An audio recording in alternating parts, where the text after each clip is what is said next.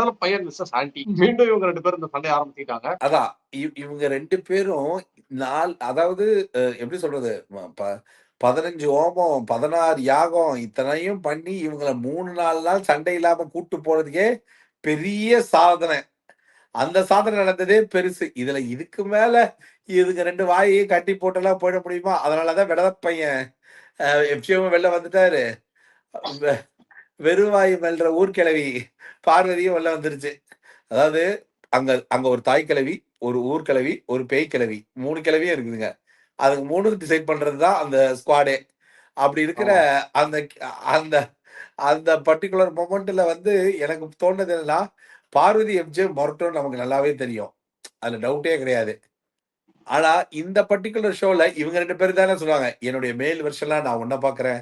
உன்னுடைய ஃபீமேல் வெர்ஷனா நான் என்னைய பார்க்கிறேன்னு." அதனால இதுங்க பேசிக்கிட்டது வந்து என்னைய பொறுத்தவரைக்கும் ஜாலியா தான் இருந்துச்சு. ஏன்னா, ஒரு ஒரு பாயிண்ட் தேவைல்ல. நானும் உன்ன புடிச்ச மாரி எவ்வளோ தான்டா நடிக்கிறது. அப்படின்னு. அப்படி. அந்த பாயிண்ட் தான் இது. இவங்க 2 பேரும் ஒரு பாயிண்ட்ல சேச்சுரேட் ஆகி, இவங்களோட ஒரிஜினல் கேரக்டருக்கே வந்துட்டாங்க. நானும் வந்து ஒரு கேப்டனா எவ்வளோதான் கண்ட்ரோல்டா இருக்கிறதுன்றது அவன். நானும் போன வாரம் வாங்குன அடிக்காவது எவ்வளோதான் பொறுமையா பேசுறது.